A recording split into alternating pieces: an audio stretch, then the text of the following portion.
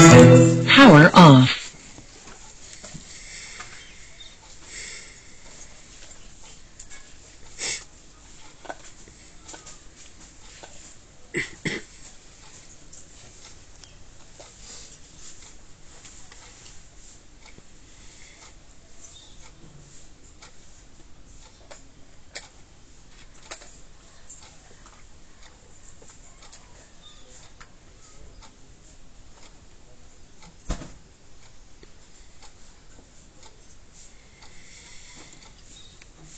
मीठे बच्चे, समय प्रति समय ज्ञान सागर के पास आओ।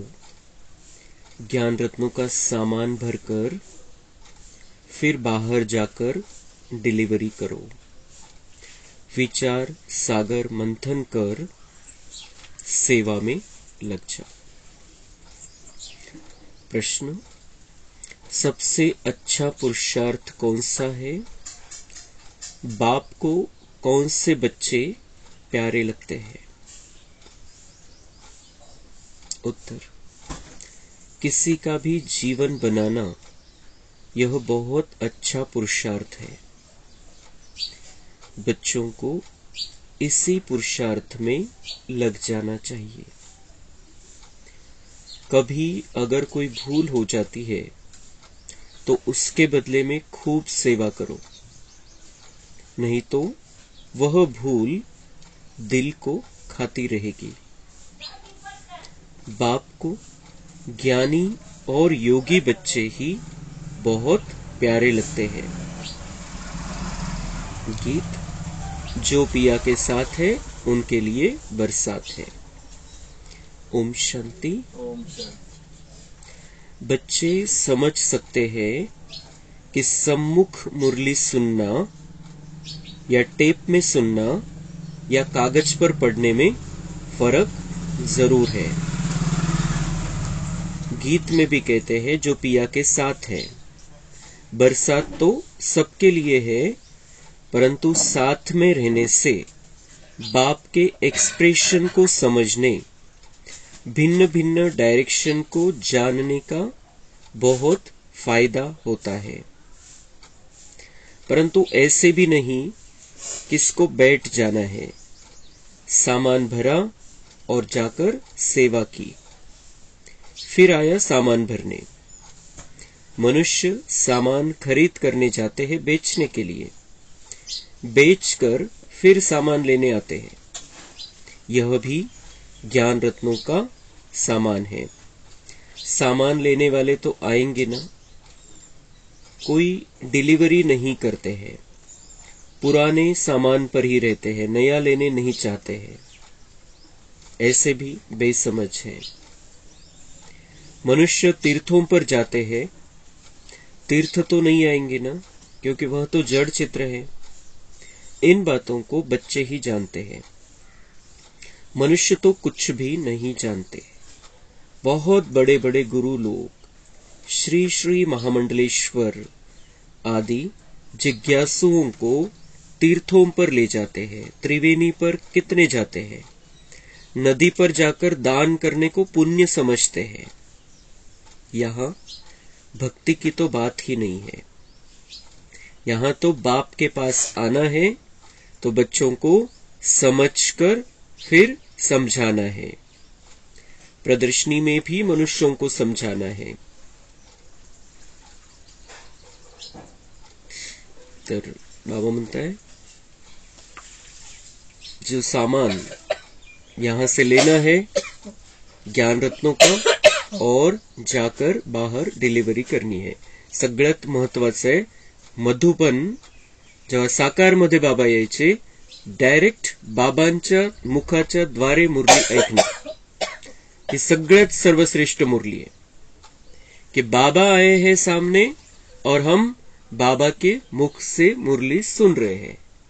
जब ब्रह्मा बाबा थे तब, और जब दादी गुलजार के तन में बाबा आता था तब, सामने बाबा और हम उनके सामने बैठकर मुरली सुन रहे हैं, उसी हॉल में जहां बाबा है। ये सबसे सर्वश्रेष्ठ लेवल है मुरली की। तो बाबा म्हणता है कि वहां आकर मुरली सुनना बाबा के सामने आकर मुरली सुनना, मतलब ये ज्ञान रत्नों का सामान लेना वहां से, डायरेक्ट, इनडायरेक्ट नाही, कोणाच्या मार्फत नाही, डायरेक्ट सामान घ्यायचं ज्ञानरत्नांचं बाबांकडून आणि इकडे येऊन सगळ्यांना द्यायचं. ही सगळ्यात श्रेष्ठ स्थिती. त्याच्यानंतरची स्थिती आहे की आपण बाबा मिलन टीव्ही वरती करतोय. बाबा ही है, बाबा ही मुरली चला रहा है, बाबा को ही हम सुन रहे हैं. ती सेकंड, आता तीच आपल्यासाठी आहे फर्स्ट नंबरची. कारण आता बाबा तर साकारमध्ये येत नाही. आपल्यासाठी आता पहिला नंबर आहे टीव्ही वरती, मोबाईलमध्ये बाबांना बघणं, बाबांची मुरली त्यांच्या मुखाच्याच द्वारे ऐकणं, तेच आपण तोच व्हिडिओ बघणं, हे आपल्यासाठी आता फर्स्ट नंबर आहे. सगळ्यात महत्वाची सर्वश्रेष्ठ लेवलची मुरली. नंतरची लेवल आहे की आपल्या आपल्या क्लासमध्ये बसून आपण मुरली ऐकणं. वहां पर बाबा के वाइब्रेशन मिलते हैं, बाबा की शक्ति मिलती है, हम अपने अंदर वो भर सकते हैं, वातावरण रहता है, उस हिसाब से सबके मन बाबा से जुड़े हुए रहते हैं. ज्ञान के सिवाय कोई बुद्धि में कुछ बात रहती नहीं है 99%. आणि त्यामुळे आपण ही सेकंड लेवलची मुरली, जी आपल्या क्लासची मुरली आहे, ती ऐकायची. जिथं कुठे आपल्याला सेंटरवरती शक्य, आपण दुसरीकडे कुठे गेलेलो सेंटरवरती जाऊन मुरली ऐकायची, ते नाही शक्य आहे. खूप आणीबाणीचा प्रसंग आहे, खूप इमर्जन्सी आहे, त्यावेळेला आपण मोबाईलमध्ये मुरली ऐकू शकतो, टीव्ही वरती मुरली ऐकू शकतो इमर्जन्सीमध्ये. कि नाहीच आहे शक्य. वो बाबा को पता है क्या मजबूरी है. कोई 40 मिनट नहीं निकाल सकते, 1 घंटा नहीं निकाल सकते हैं. क्यों नहीं निकाल सकते, वो बाबा को पता है. या निकाल कर भी नहीं निकाल सकते, फिर भी नहीं निकालना चाहते, वो अलबेलापन है. वो बाबा को पता है. तो अगर हम जर आपल्याला तशी वेळ आली की आपण क्लासमध्ये येऊन मुरली ऐकू शकत नाही, घरीच ऐकायची आहे, तर घरी पूर्ण एकाग्रतेने मुरली ऐकायला पाहिजे. ती सेकंड लेवलची मुरली होऊन जाईल आपल्यासाठी.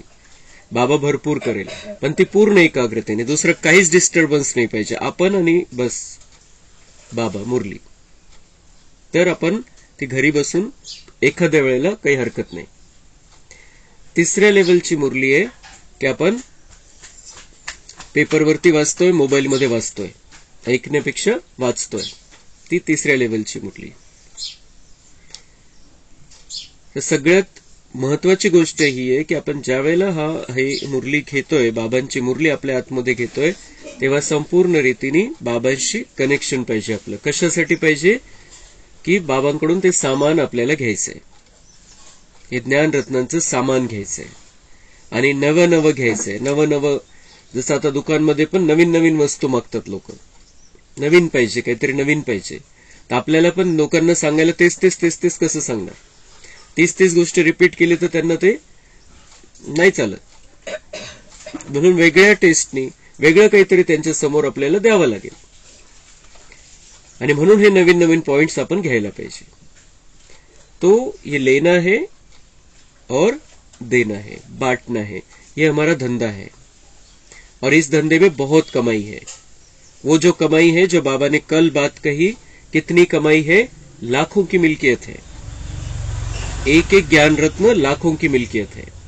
क्योंकि ये हमें परिवर्तित होकर सतयुग से मिलना चालू होने वाली है.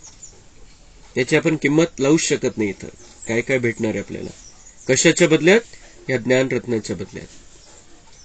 तो ये ज्ञान रत्न लेना है और डिलीवर करना है, देना है सबको. तो ये जब हम ले रहे हैं, उस समय हमारे मन की स्थिति बहुत स्थिर चाहिए.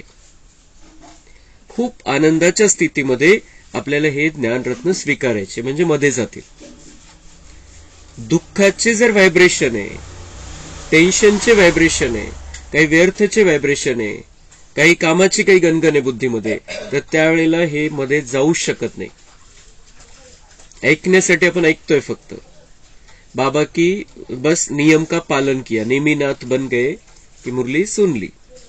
पण स्थिती काय पाहिजे आपली, बहुत खुशी से, कितना बाबा भरपूर कर रहा है हमें, इतनी सुंदर बातें जो कभी किसी ने नहीं सुनाई, जो रहस्य बनाकर रखा दुनिया वालों ने, उनको ही पता नहीं था, तो सारी मन की बातें बताते गए हमको. लेकिन सत्य बता रहा है भगवान अभी, मेरा, ड्रामा का, इस दुनिया का सारी सच्चाई ॲक्युरेटली बाबा आपल्याला सांगतोय. जे जे आपल्याला देवता बनण्यासाठी आवश्यक आहे ते सगळं ज्ञान देतोय. हे नाही सांगणार की या दुनियेची सुरुवात नेमकी कधी झाली, विनाश कसा होणार आहे, कुठं होणार आहे, कधी होणार आहे, कोणत्या तारखेला होणार, हे नाही सांगत. तो काय सांगतो, आपल्याला देवता कसं बनायचंय, आपल्याकडून सेवा कशी होऊ शकते, कशा प्रकारे आपण या दुनियेचं कल्याण करू शकतो, कशा प्रकारे आपण स्वतःचं जीवन पुन्हा देवताई जीवन बनवू शकतो, हे सगळं बाबा सांगतो. आणि त्याच्यामध्ये जो आपलं कल्याण आहे कुठल्याच गोष्टीमध्ये नाही झालं 5000 वर्षामध्ये. और ये ज्ञान, सर्वश्रेष्ठ ज्ञान हमें अभी मिल रहा है, हम ज्ञानी बन रहे हैं. जो ज्ञान लक्ष्मी नारायण में भी नहीं है. एका अर्थाने एका मुरलीमध्ये बाबांनी सांगितलं ये लक्ष्मी नारायण तो बुद्धू है. डायरेक्ट बाबांनी सांगितलं लक्ष्मी नारायण बुद्धू है. बुद्धू कोणत्या अर्थाने, उनको ये ज्ञान ही नहीं है. जो ज्ञान बाबा हमें अभी दे रहा है वो ज्ञान लक्ष्मी नारायण को भी नहीं है. अनाड़ी है वो, और हम ज्ञानी है क्योंकि हमें बाबा से इतना सुंदर ज्ञान मिल रहा है, सारा सत्य रहस्य समझ में आ रहा है. आणि ते ज्ञान त्यांना का नाहीये, त्याचंही कारण बाबांनी सांगितलेले की त्यावेळेला जर हे ज्ञान असतं तर मग त्यांना माहित झालं असतं हे कलियुग असं असणार आहे, तर तेव्हाच टेन्शन, स्ट्रेस यायला सुरुवात झाली असती. म्हणून त्याचे दुनियावाले म्हणतात अज्ञानात सुख असतं. तर ते सुख कधी, जेव्हा आपलं भविष्य बनलं त्यावेळेला हे ज्ञान नाहीये, ते जे अज्ञान आहे त्याच्यामध्ये सुख आहे. बाकी दुसऱ्या कुठल्या अज्ञान, ती एक इथल्या हिशोबाची गोष्ट वेगळी झाली. इथलं जे कलियुगी जीवन आहे, बाहेरच्या काही गोष्टी माहिती नसलेल्या बऱ्या असतात, ती गोष्ट सगळी वेगळी. पण हे जे अज्ञानात सुख आहे ते खरं सुख आहे सतयुगी देवी देवतांना.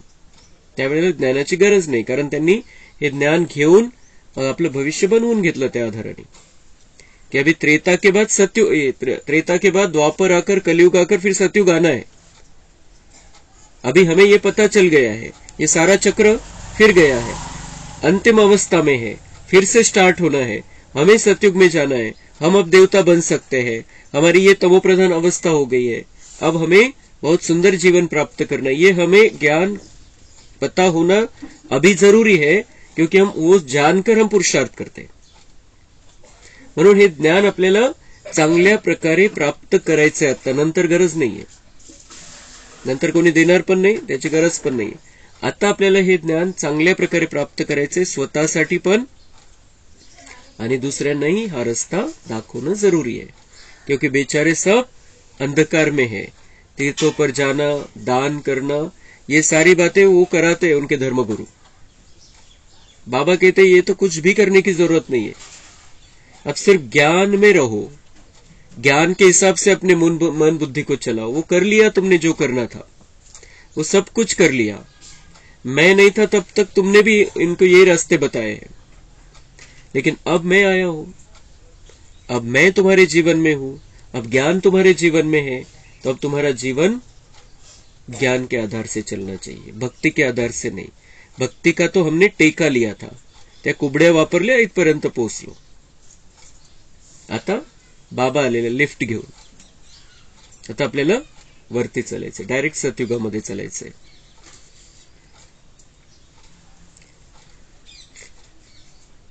यह जो 84 जन्मों का चक्र लगाते हैं, यह तो बच्चे जानते हैं, सब नहीं लगाते हैं. इसमें समझाने की बड़ी युक्ति चाहिए. इस चक्र में ही मनुष्य मूंझते हैं. झाड़ का तो किसको पता ही नहीं है. शास्त्रों में भी चक्र दिखाते हैं, कल्प की आयु चक्र से निकालते हैं, चक्र में ही रोला है. हम तो पूरा चक्र लगाते हैं. त्यांनी त्यांच्या हिशोबाने चक्र दाखवलेले, बाबा म्हणतात शास्त्रामध्ये, कुठल्या तरी शास्त्रामध्ये असेल, चक्र दाखवलेले, त्यांच्या हिशोबाने कालगणना केलेली आहे, कालखंड दाखवलेला आहे, आणि त्याच्यामध्ये ते लाखो वर्ष दाखवले. बाबा म्हणतात त्याच्यामध्येच घोळ आहे सगळं, तिथंच घोळ आहे सगळा, त्या टायमिंग मध्येच. 5000 वर्षाचं चक्र आहे. मनुष्याचे जास्तीत जास्त 84 जन्म आहे, आणि ते 84 पण सगळ्यांचे नाहीये. तो हम तो पूरा चक्र लगाते हैं, 84 जन्म लेते हैं। हम पहले 9 लाख में आने वाली अगर आत्मा है तो हम पूरा चक्र लगाते हैं, 84 जन्म है हमारे। बाकी इस्लामी, बौद्धी आदि वह तो बाद में आते हैं। जे प्युअर त्या धर्माचीच आत्मा आहे, जे ज्ञानामध्ये कधीच येणार नाहीये, ते इस्लामी, बौद्धी, जैन, ख्रिश्चन अशा धर्माची आत्मा आहे। त्यांचे मग ते 63 पेक्षा कमी जन्म आहे, कारण ते द्वापर नंतर येणार। हम कैसे उस चक्र से सतो रजो तमो में पास करते हैं, वह गोले में दिखाया हुआ है। बाकी और जो आते हैं इस्लामी, बौद्धी आदि, उनका कैसे दिखावे? वह भी तो सतो रजो तमो में आते हैं। हम अपना विराट रूप भी दिखाते हैं। सतयुग से लेकर कलयुग तक पूरा राउंड ले आते हैं। चोटी है ब्राह्मणों की, फिर मुख को सतयुग में, बाहों को त्रेता में, पेट को द्वापर में, फिर टांगों को लास्ट में खडा करे। विराट रूपचं चित्र बनवतात आपलं, विष्णूचं दाखवलेले तसं आपलं विराट रूपचं चित्र जर बनवलं तर काय होईल की चोटी मध्ये ब्राह्मण, आपलं ब्राह्मण जीवन, चोटी त्या चित्रामध्ये, जसं समजा मनुष्य आकाराचं चित्र, विष्णूचं चित्र, त्याच्यामध्ये चोटी जर दाखवली तर ब्राह्मण। मग मुख को सतयुग, मुख जो आहे ते म्हणजे सतयुग, वरच्या लेवलची स्थिती। फिर बाहों को त्रेता में, क्षत्रिय स्थिति। फिर द्वापर में पेट को वैश्य स्थिति, और टांगों को लास्ट में म्हणजे कलियुग आणि शूद्र स्थिति। विराट रूप आपल्या अवस्थेचं। तो बाबा म्हणते ये तुम्हारी अवस्था है, जैसा समय है वैसे ही तुम्हारी अवस्था है। सतो प्रधान दुनिया, आणि त्यावेळेला आपण येऊ तर सतो प्रधान आत्मा, आपली आणि दुनियेची स्थिती एकसारखी। जो बाबा के बच्चे हैं, जो पहले 9 लाख में आने वाले हैं, पहले सतो प्रधान दुनिया होगी, हम सतो प्रधान आत्मा रहेंगे। आणि त्यांच्यामध्ये आणि आपल्यामध्ये काय फरक आहे? बाकीचे ते पण येणार आहे। आपण जसं सतो रजो तमो या अवस्थेमध्ये आपण येतो वरच्या लेवलपासून खालच्या लेवलमध्ये, तसंच ते बाकीचे आत्मे पण येतात। द्वापर युगामध्ये ते आत्मे खाली येतील, बाकीचे आत्मे त्यांनाही पहिले सतोमध्ये येतील, कारण ते प्युअर राहिलेले, प्युअर दुनियेमध्ये राहिलेले। तर सुरुवातीला त्यांची अवस्था कशी असेल? सोन्यासारखी अवस्था असेल, सतो अवस्था असेल। पण त्यावेळेला प्रॉब्लेम काय? दुनिया रजो प्रधान आहे, दुनियेची हालत मीडियम लेवलची आणि त्यांची लेवल थोडी वरच्या लेवलची, तर ताळमेळ नाही बसणार। कलियुगामध्ये कोणी येईल 1-2 जन्मासाठी, तो खाली येईल त्यावेळेला एकदम प्युअर अवस्था त्याची, म्हणजे सतो अवस्थेमध्ये तो राहील, आणि दुनियेची हालत तमोप्रधान। त्यामुळे त्याला त्याचा आनंदच नाहीये। त्याची अवस्था जरी खूप चांगली, परमधाम मधून आलेला आहे स्पेशल, पण इथं राहणं आहे। लेकिन हम जब परमधाम से आते हैं नीचे, तब दुनिया भी सतोप्रधान है। हम सतोप्रधान है, दुनिया भी सतोप्रधान है। त्यामुळे आपल्याला त्याचा आनंद आहे। त्यांना ते त्या लेव्हलचं, वरच्या लेव्हलचं राहून पण तसा आनंद नाही आपल्यासारखा। तर हा आपल्यामध्ये आणि त्यांच्यामध्ये फरक आहे। अवस्था त्यांनाही क्रॉस करायच्या सगळ्या, वरच्यापासून खालच्यामध्ये यायचंय। आपण पण वरच्या लेवलपासून खालच्या लेवलमध्ये येतो, पण जसं दुनियेची हालत आहे तशी आपली होत जाते, आपली हालत तशी दुनियेची हालत होत जाते। आपल्यावरती दुनिया अवलंबून, दुनियेवरती आपण अवलंबून, त्या तसं सुरुवातीपासून शेवटपर्यंत। पण त्यांना ते जरी चांगल्या स्थितीमध्ये आले, वरच्या लेवलला राहिले ते, पण दुनिया तर खालच्या लेवलला आहे, दुनियेचे व्हायब्रेशन तर खालच्या लेवलला आहे। त्यामुळे त्याचा आनंद त्यांना नाही है। इसलिए हम बाबा के बच्चे बहुत भाग्यशाली है कि बाबा हमें ये ज्ञान देकर इतना भाग्यशाली बना देता है, इतना भाग्य हमारा बना देता है कि हम दुनिया की अवस्था के साथ साथ चल सकते हैं, दुनिया का पूरा आनंद ले सकते हैं। अपना तो विराट रूप दिखाए, बाकी अन्य धर्म वालों का कैसे दिखाए, उसे भी शुरू करे।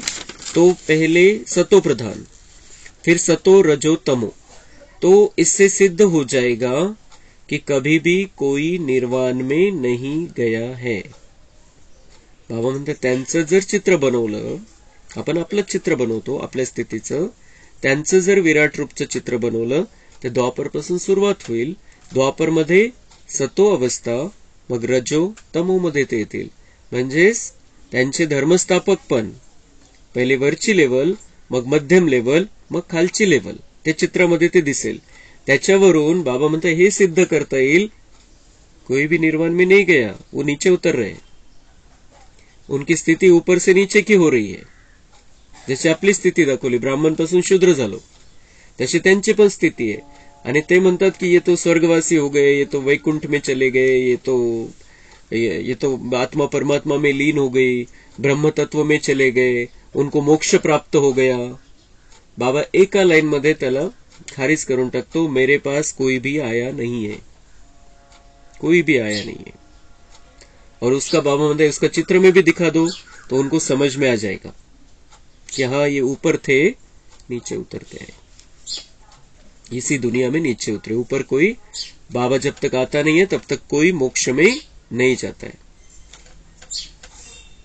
तो उनको तो इस चक्र में आना ही है, हर एक को सतो रजो तमो में आना ही है. इब्राहिम, बुद्ध, क्राइस्ट आदि भी तो मनुष्य थे, ये सब मनुष्य थे, और मनुष्यों को जन्म पुनर्जन्म के चक्कर में आना है, सतो अवस्था से तमो अवस्था में आना. ये भगवान समझा रहा है, कोई साधु सन्यासी ये बातें समझा नहीं सकता है. उसके सब बच्चे हैं, इब्राहिम, बुद्ध, यीशु ख्रिस्त, महावीर, ये सब भगवान के बच्चे. उनके बारे में भगवान ही सच बता सकता है, कोई साधु सन्यासी नहीं बता सकता है. तो भगवान हमें ये सच बात बता रहा है कि ये कोई भी मेरे पास नहीं आए हैं, उनका अपना अपना पार्ट है. मेरे बहुत अच्छे बच्चे हैं, रिपेयरिंग का काम उन्होंने किया है, बहुत अच्छा काम किया है, लेकिन मेरे पास नहीं आ सकते. ऊपर से नीचे उतरना है और फिर मैं आकर ऊपर लेकर जाऊंगा. रात में बाबा को बहुत ख्याल चलता है. आता ब्रह्मा बाबांचा अनुभव. रात में बाबा को बहुत ख्याल चलता है. ख्यालात में फिर नींद का नशा उड़ जाता है. ख्याल चलता है म्हणजे ज्ञानाचं मंथन, ज्ञानाचं जे बाबांनी सांगितलेलं आहे त्याच्यावरती विचार. नींद फिट जाती है. समझाने की बड़ी अच्छी युक्ति चाहिए, उनका भी विराट रूप बनाना पड़े. तर हे बाबांचं मंथन आहे, ब्रह्मा बाबांचं मंथन आहे. बाबा म्हणतात त्यांचंही विराट रूप बनवायला पाहिजे आपण, म्हणजे त्यांना लक्षात येईल. उनका भी पैर पिछाड़ी में ले जाए, फिर लिखत में समझाए.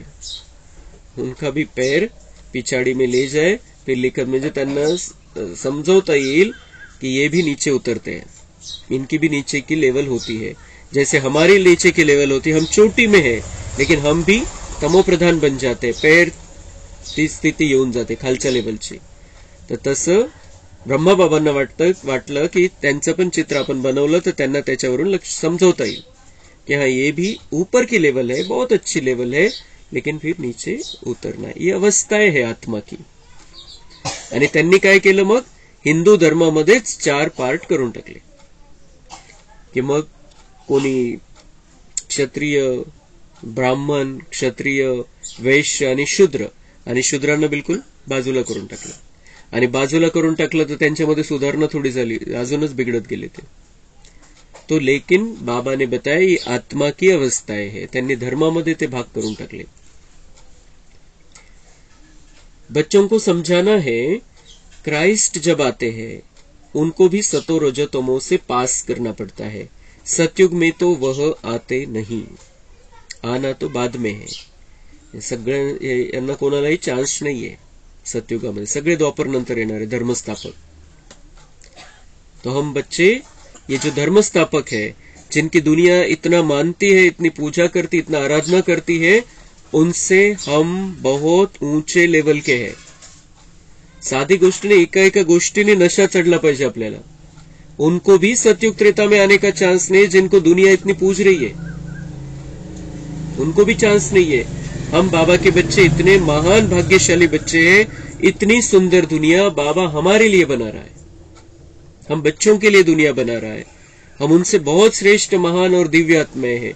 सिर्फ वो जागृति हमें अभी करनी है.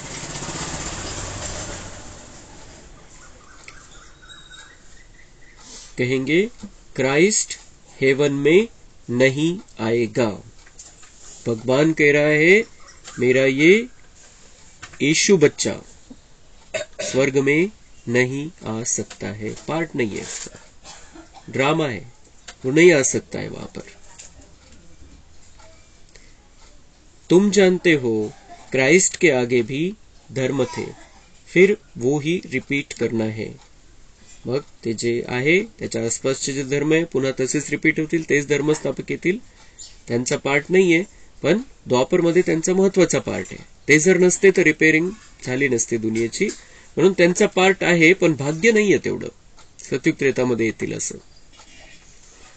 ड्रामा का राज समझाना होता है.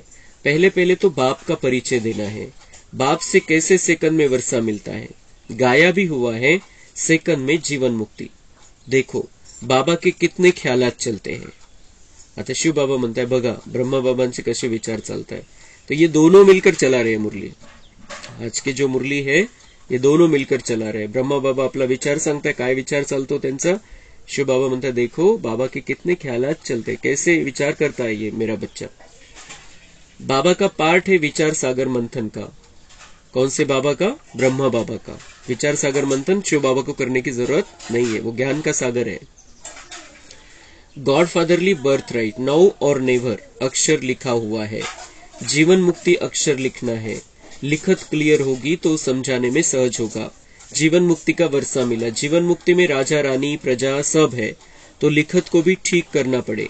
बिगर चित्र भी समझाया जा सकता है, सिर्फ इशारे पर भी समझाया जा सकता है. यह बाबा है, यह वर्षा है. जो योग युक्त होंगे वह अच्छी रीति समझा सकेंगे. बाबा म्हणताय कधी चित्रावरती समजून सांगू शकता, नसेल चित्र तर इशाऱ्याने समजून सांगू शकता, पण क्लियर पाहिजे, क्लॅरिटी पाहिजे. सारा मदार योग पर है. समझाना है तो हमारी बुद्धि अगर क्लियर होगी, बाबा से कनेक्शन होगा, तो हम अच्छी रीति से समझा सकेंगे. सारा मदार योग पर है. बाबा करा लेता है. योग से बुद्धि पवित्र होती है, तभी धारणा हो सकती है.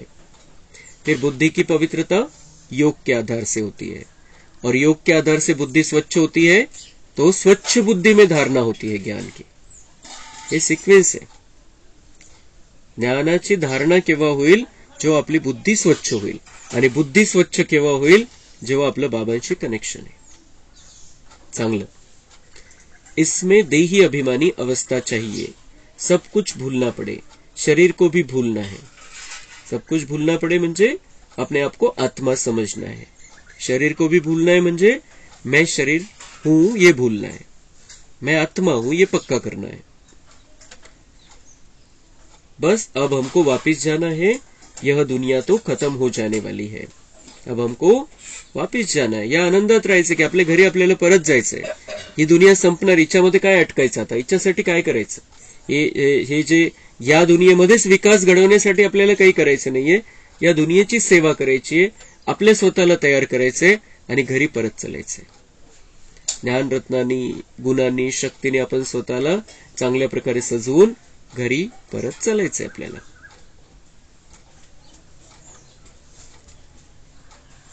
तो इस बाबा के लिए तो सहज है, क्योंकि इनका धंधा ही यह है. सारा दिन बुद्धि इसी में लगी हुई है. अच्छा, जो गृहस्थ व्यवहार में रहते हैं उनको तो कर्म करना है. स्थूल कर्म करने से वह बातें भूल जाती है, बाबा की याद भूल जाती है. मग शिव बाबा म्हणता है इसके लिए तो ये सहज है, ये तो गृहस्थ व्यवहार में नहीं है. गृहस्थ व्यवहार तसा होता, त्यांचे पत्नी वगैरे सगळे सोबत होते, पण ते संपूर्ण त्यांनी अलौकिकतेमध्ये परिवर्तन केलं होतं. म्हणजे त्यांना गृहस्थी म्हणता येणार नाही नंतर. तो क्योंकि इनकी बुद्धि इसी में लगी हुई है, इनका कर्म भी यही है, तो इसलिए इस बाबा के लिए तो वो सहज है. लेकिन गृहस्थ व्यवहार वालों को शिव बाबा म्हणता है उनको तो कर्म करना ही है. स्थूल कर्म करने से यह बातें भूल जाती है, बाबा की याद भूल जाती है. शिवबाबांनाही माहिती आहे की आपण जेव्हा कर्मामध्ये येतो तेव्हा मग या गोष्टी विसरून जातो. ज्ञान ऐकतोय तेव्हा आपल्याला क्लिअर होतं, आणि बऱ्याच गोष्टी अशा वाटतात हा माहिती आपल्याला. बाबांनी ते सांगितले, किती वेळा सांगतो बाबा. जेव्हा आपण ऐकतो त्यावेळेला ते बिलकुल एकदम स्पष्ट बुद्धीमध्ये जागृत स्थितीमध्ये राहतं.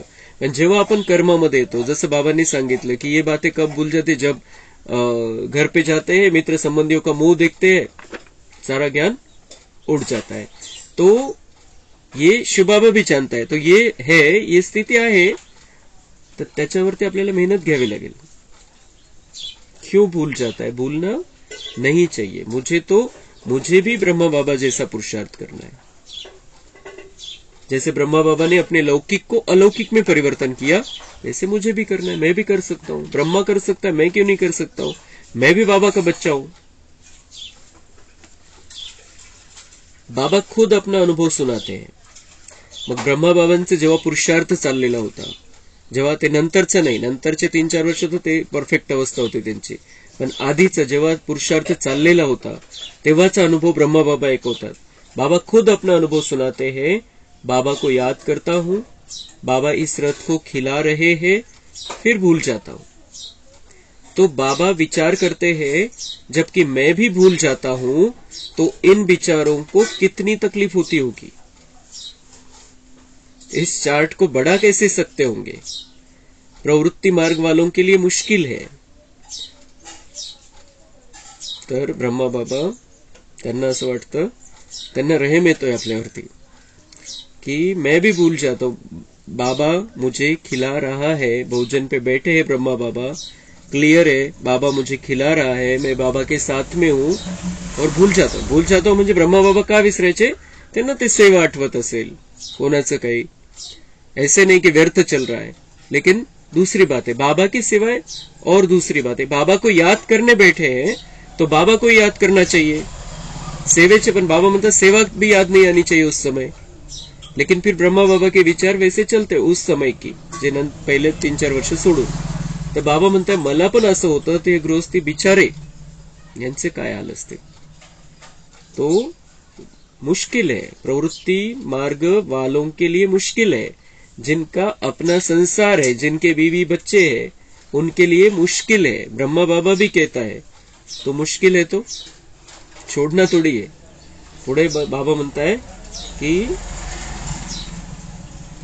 उन्हों को फिर मेहनत करनी पड़े, उन्हों को फिर मेहनत करनी पड़े, छोड़ना तो नहीं है। ऐसा नहीं जसं होईल जेवढं होईल असं नहीं, मेहनत करनी पड़े, क्योंकि भाग्य बनाना है।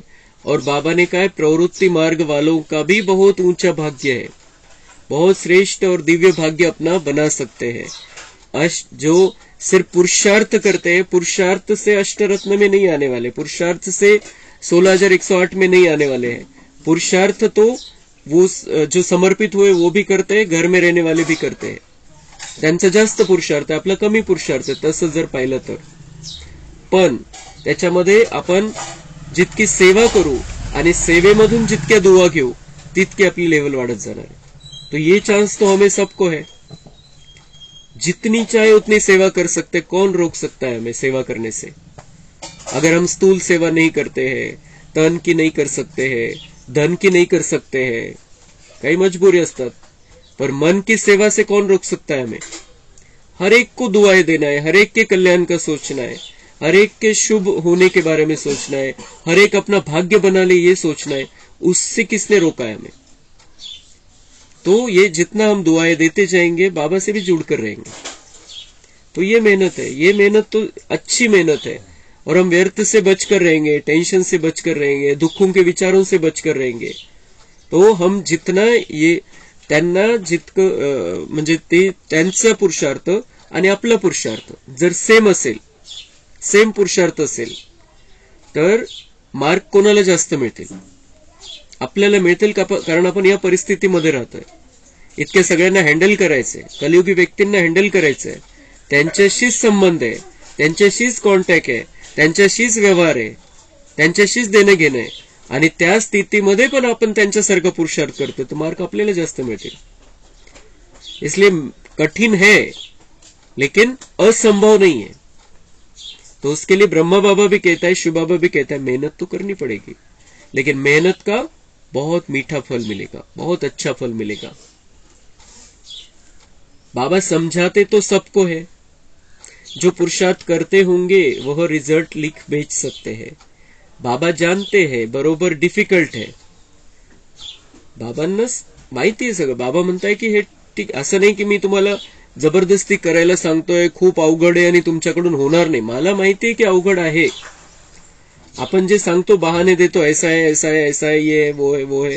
बाबा म्हणतात हा ठीक आहे, बरोबर आहे ना, सगळं बरोबर आहे, पण तुम्हाला आपलं भाग्य बनवायचंय तर खूप मोठा चान्स पण आहे. बाबा कहते रात को मेहनत करो. नाही जमत, दिवसभर काम धंदे तुमचं जमतच नाहीये, रात्री मेहनत करा, 6 तास झोप द्या शरीराला. काही काळ रात्री नुमाशाम नंतर बसा, काही मग अमृत वेलेनंतर बसा, अमृत वेलेला बसा. ते तर आहे आपल्या हातामध्ये.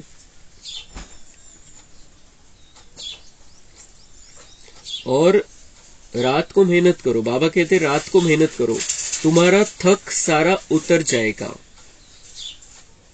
बाबा भी कह रहे, ब्रह्मा बाबा भी कह रहे, शिव बाबा भी कह रहे की थकावट उतरून जाईल. असं नाही की मी थकलेलो, मला आता बस आरामच पाहिजे, मला आता 10 तास झोपायचंय. बाबा म्हणताय की ती शरीरासाठी, आपल्या शरीरासाठी आपल्याला माहिती किती झोप आवश्यक आहे, म्हणून ते तब्येतीवर परिणाम करून आपल्याला जागा नाही राहायचंय. हमें पता है कितनी नींद की जरूरत है, किती आवश्यक है. अति झोप पण चांगली नाहीये. तो बाकी बाबा कह रहे कि आप विचार सागर मंथन करो, सारी थकान मिटा दूंगा मैं. मुझे याद करो, सारी थकान मिट जाएगी. जी योग, जर आपला खूप चांगला योग आहे, खूप प्रेमाने आपण बाबांची आठवण करतोय, तर शरीरामध्ये झोपेमध्ये जे चार्जिंग होते तशीच चार्जिंग शरीराची योगमध्ये पण होऊन जाते. आत्म्याची तर होतेच, पण शरीराची पण चार्जिंग होऊन जाते. अगर तुम योग युक्त हो, विचार सागर मंथन करते रहेंगे तो थकावट उतर जाएगी. बाबा अपना अनुभव बताते हैं. कब और बातों तरफ बुद्धि चली जाती है तो माथा गर्म हो जाता है. फिर उन तूफानों से बुद्धि को निकाल, इस विचार सागर मंथन में लग जाता हूं तो माथा हल्का हो जाता है. तो ब्रह्मा बाबा पण काही दुसरीकडे बुद्धि, और बातें म्हणजे और बातें, ब्रह्मा बाबा की बुद्धि में और बातें कुछ नहीं थी. व्यर्थ को तो उन्होंने खत्म कर दिया था. और बातें कौन सी? सेवा की बातें. एक आहे बाबांची आठवण आणि एक आहे सेवेचे विचार. तर सेवा, मग इकडे प्रॉब्लेम आलेला आहे, इकडे सेवेमध्ये प्रॉब्लेम आहे, इकडे तसा प्रॉब्लेम आहे, असा प्रॉब्लेम आहे. तर ब्रह्मा बाबा पण आपला अनुभव सांगतात की मैं जब उन बातों में जाता हूं तो माथा मेरा भी गरम हो जाता है. म्हणजे ते जड होऊन जातं डोकं की त्या सगळ्या गोष्टी. लेकिन जब मैं फिर अपनी बुद्धि को वहां से निकालकर शिव बाबा में लगाता हूं, माथा हल्का हो जाता है. तो यही युक्ति है. हमारे भी हम सेवा की बातों में जाते हैं, व्यर्थ की बातें में जाते हैं, सांसारिक बातों में जाते हैं, उनमें जाते हैं तो डोकं जड होणार म्हणजे होणार. और वही हमारे में वो ताकत है, हम मास्टर सर्वशक्तिवान आत्माएं हैं, हम मालिक है, तो हम 1 सेकंड में बुद्धि को वहां से शिव बाबा में लगा सकते हैं और माथा हल्का हो जाएगा. ते जडपणा कमी होऊन जाईल एकदम. छोड़ो सब व्यर्थ की बातों को, छोड़ो. आपण स्वतःला आपण ही कमांड देऊ शकतो की हा सोडा सगळे, बाबा है साथ, बाबा मेरे साथ में है, बाबा मुझे चला रहा है, बाबा की गोदी में बैठा हूं. बिलकुल हलके होऊन जाऊ आपण. आपण आत्मा परमधाम मध्ये ज्या स्थितीमध्ये, त्या स्थितीमध्ये राहून बाबांची आठवण करायची. बस सगळं सोडून, सगळं बुद्धीमधून काढून टाकायचं. जे आपल्या कल्याणासाठी ड्राम्यामध्ये आहे ते होणार आहे, आणि जे जे होणार आहे त्याला आपण रोखू शकत नाही. मग का बरं त्याचा विचार करायचा आणि का टेन्शन घ्यायचं. तो बाबा समजाते की मैंने, म्हणजे ब्रह्मा बाबांनी सगळ्या प्रकारचा अनुभव घेतलेला आहे, म्हणून ते बच्चांना इतक्या चांगल्या प्रकारे समजून सांगू शकतात. अनुभवांची ऑथॉरिटी आहे ब्रह्मा बाबा. आणि आपल्यालाही बाबांनी डायरेक्शन दिलेलं आहे मागच्या रविवारी कि तुम्हें अब अनुभव की अथॉरिटी बनना है, हर एक चीज का अनुभव करना है.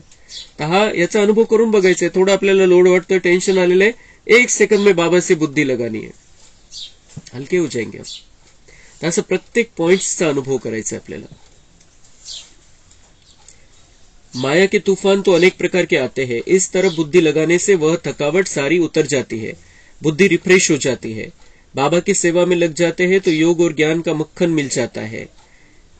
फिर सेवा, बाबा की याद है, फिर बाबा को ही बुद्धि में रखते हुए कि बाबा मुझसे ये सेवा करा रहा है, तो हम सेवा में भी योग कर सकते हैं.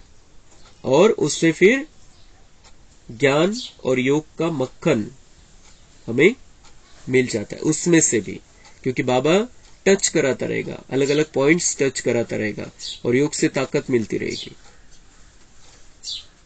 यह बाबा अनुभव बता रहे हैं.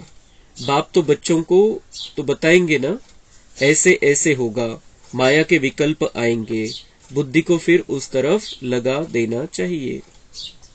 तो बाबा आप अपने बच्चों को बताएगा अनुभव ऐसे ऐसे होगा, तो ब्रह्मा बाबा आपल्याला ऐकवताय की हाँ ऐसा होगा, माया के विकल्प आने वाले हैं, व्यर्थ संकल्प आने वाले हैं, ये कठिनाई होगी तुम्हें पुरुषार्थ करने में, लेकिन तुम क्या करना, उस तरफ लगा देना चाहिए अपनी बुद्धि को, बाबा की तरफ, बाबा की ज्ञान की तरफ। आएगा, होगा, मुश्किल है, सब बातें हैं, लेकिन बाबा की तरफ अपनी बुद्धि को रखो, ती दिशा बदलून घ्या। चित्र उठाकर उसी पर ख्यालात करना चाहिए, तो माया का तूफान उठ जाए। मग बाबा म्हणते असं तुम्हाला मनाने होत नाहीये, डायरेक्ट तुम्ही नाही करू शकत आहे बसल्या बसल्या, चित्रांच्या समोर जा, चित्रांच्या समोर, आणि मग तिथून माया ऑटोमेटिक पळून जाईल। बाबा जानते हैं कि माया ऐसी है जो याद में रहने नहीं देती, थोड़े हैं जो पूरा याद में रहते हैं, बड़ी बड़ी बातें तो बहुत करते हैं। अगर बाबा की याद में रहे तो बुद्धि क्लियर रहे। याद करने जैसा माखन और कोई है नहीं, परंतु स्थूल बोझ बहुत होने से याद कम हो जाती है। स्थूल बोझ बहुत होने से याद कम हो जाती है। तो हमें स्थूल जो बातें व्यर्थ की बातें हैं, भूतकाल की बातें हैं, इसकी उसकी बातें हैं, उसको हमें बुद्धि से निकाल देना है, उसको रखना नहीं है, क्योंकि उससे याद कम हो जाती है, और याद कम ये सबसे बड़ा नुकसान है संगम युग पर। और अगर हम वो बोझा लेकर चल रहे हैं तो याद बाबा की रह नहीं सकती, क्योंकि बाबांची श्रीमत असी है कि अपने आप को आत्मा समझकर मुझे याद करो। तो हम आत्मा समझ ही तब सकते हैं जब हलके है, ओझा आहे बुद्धीवरती, तर आपण आत्मा समजू शकत नाही। किती म्हणू आपण कि हम बाबा की याद में है, बाबा म्हणते बड़ी बड़ी बातें करते हैं, लेकिन बाबा की याद नहीं है। अगर बोझा है तो सारा बोझा उतार कर हमें बाबा को याद करना है। तो खूप सुंदर पॉइंट्स आहे आजच्या मुरलीमध्ये, पण आता वेळेचं बंधन आहे आपल्याला। आपण हे पॉइंट आता सोमवारी घेऊ, कारण उद्या अव्यक्त मुरली आहे परत, ते जास्त वेळ लावल्यावर संकल्प चालतात सगळ्यांचे, त्याच्यापेक्षा आपण आता बंद करू आणि सोमवारी घेऊ राहिलेले। अच्छा, मीठे मीठे सिके लधे बच्चों प्रति माता पिता बाप दादा का याद, प्यार और गुड मॉर्निंग। रूहानी बाप की रूहानी बच्चों को नमस्ते। हम रूहानी बच्चों की रूहानी बाप दादा को याद, प्यार, गुड मॉर्निंग, नमस्ते। वहां बाबा वहां, शुक्रिया बाबा शुक्रिया। अच्छा, ओम शांति। कम बोलो, धीरे बोलो, मीठा